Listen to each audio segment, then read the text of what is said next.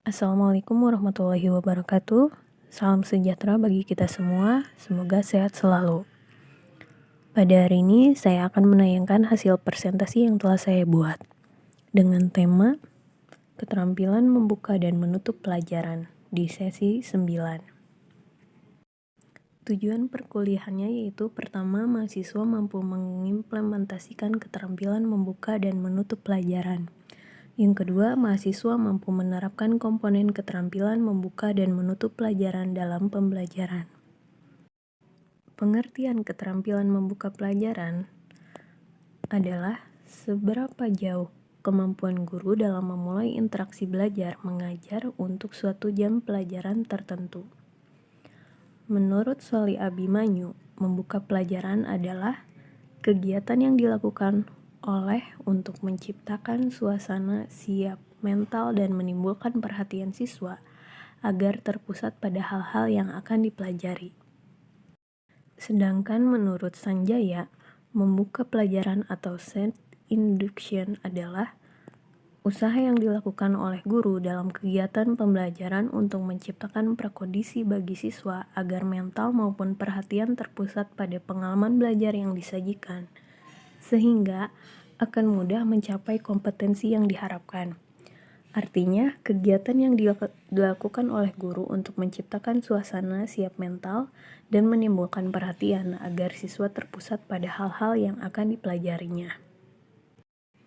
Membuka pelajaran atau set induction adalah aktivitas yang dilakukan guru untuk menciptakan kondisi siap mental, menumbuhkan perhatian, serta meningkatkan motivasi siswa agar terpusat pada kegiatan belajar yang dilakukan.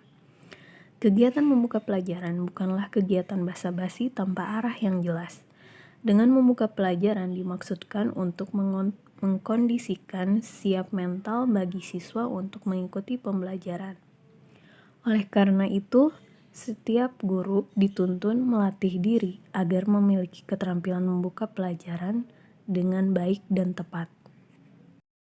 Tujuan membuka pelajaran yaitu untuk menciptakan kondisi kesiapan mental siswa dalam mengikuti pembelajaran. Maka kegiatan membuka pelajaran tidak cukup hanya dengan melakukan kegiatan yang bersifat administrasi.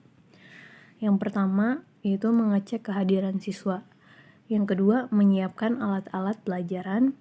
Yang ketiga, mempersiapkan buku sumber dan kegiatan administrasi lainnya. Tujuan dari keterampilan membuka pelajaran adalah pertama, membangkitkan motivasi dan perhatian. Yang kedua, membuat anak didik memahami bentuk tugas.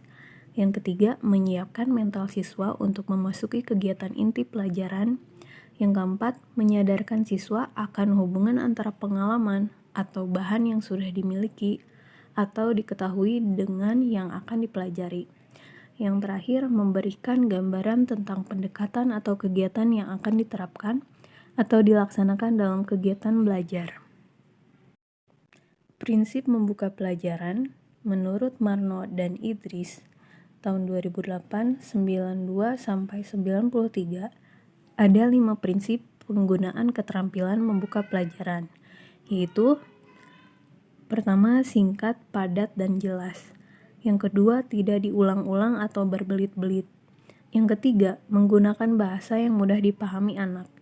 Yang keempat, disertai contoh atau ilustrasi seperlunya. Yang kelima, mengikat perhatian anak. Membuka pelajaran terdiri dari beberapa komponen. Yang pertama, menarik perhatian siswa. Yang kedua, memvariasikan gaya mengajar guru. Yang ketiga, pola interaksi yang bervariasi. Yang keempat, tempat belajar. Yang kelima, menumbuhkan motivasi belajar siswa. Yang keenam, memberi acuan atau rambu-rambu tentang pembelajaran yang akan dilakukan. Yang ketujuh, mengemukakan tujuan yang akan dicapai serta tugas-tugas yang harus dilakukan dalam hubungannya dengan pencapaian tujuan. Yang kedelapan, menjelaskan langkah-langkah atau tahapan pembelajaran sehingga siswa memahami apa yang harus dilakukan. Yang kesembilan, menjelaskan target atau kemampuan yang harus dimiliki setelah pembelajaran berlangsung dan membuat kaitan. Yang ke-10, membangun suasana akrab sehingga siswa merasa dekat, misalnya menyapa dan berkomunikasi secara kekeluargaan. Yang terakhir, menimbulkan rasa ingin tahu, misalnya mengajak siswa untuk mempelajari suatu kasus yang sedang hangat dibicarakan. Materi selanjutnya yaitu tentang deskripsi keterampilan menutup pelajaran. Mengakhiri pelajaran atau menutup pelajaran sama pentingnya dengan membuka pelajaran. Walau tentu saja berbeda tujuan dan fungsinya, seperti juga dalam membuka pelajaran.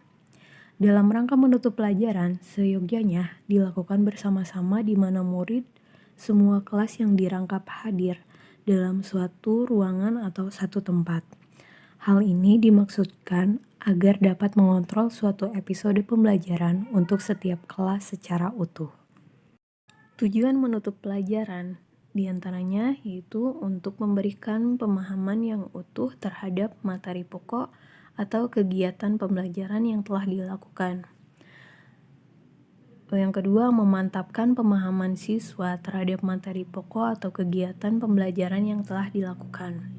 Yang ketiga, untuk mengetahui tingkat pencapaian hasil pembelajaran yang telah diperoleh siswa, sekaligus sebagai umpan balik bagi guru. Yang keempat, untuk memberikan tindak lanjut yang diperlukan sesuai dengan proses dan hasil pembelajaran yang telah dicapai siswa. Komponen menutup pelajaran yaitu tentang menilai atau mengevaluasi. Di antaranya, tanya jawab secara lisan yang dilakukan guru kepada siswa secara perorangan, kelompok atau klasikal. Yang kedua, mendemonstrasikan ide baru pada situasi lain. Yang ketiga, menyatakan pendapat tentang masalah yang dibahas. Dalam hal ini, guru meminta siswa memberikan pendapatnya tentang masalah yang baru saja dibahas, baik pendapat itu berupa pendapat perorangan maupun pendapat kelompok. Kemudian memberikan soal-soal tertulis yang dikerjakan oleh siswa secara tertulis pula. Komponen menutup pelajaran yang terakhir yaitu tindak lanjut. Alternatif lain yang dapat dilakukan guru dalam mengakhiri pembelajaran adalah dengan cara memberikan tindak lanjut menurut Akib Jainal 2003. Yang dimaksud dengan tindak lanjut yaitu upaya menindaklanjuti terhadap kegiatan pembelajaran yang telah dilakukan, dengan maksud untuk lebih memantapkan pemahaman siswa baik berkenaan dengan konsep-konsep yang dipelajari maupun dalam rangka mengaplikasikan pemahaman konsep terhadap pemecahan-pemecahan masalah praktis. Jika kegiatan tindak lanjut bisa berupa pekerjaan rumah atau PR, mengerjakan tugas-tugas tertentu atau proyek, melakukan observasi atau pengamatan, wawancara sederhana atau kegiatan lain yang sejenis. Sekian presentasi dari saya. Terima kasih. Semoga presentasi ini dapat menambah wawasan Anda. Apabila ada tutur kata saya yang kurang berkenan, mohon dimaafkan. Sampai jumpa di sesi selanjutnya. Wassalamualaikum warahmatullahi wabarakatuh.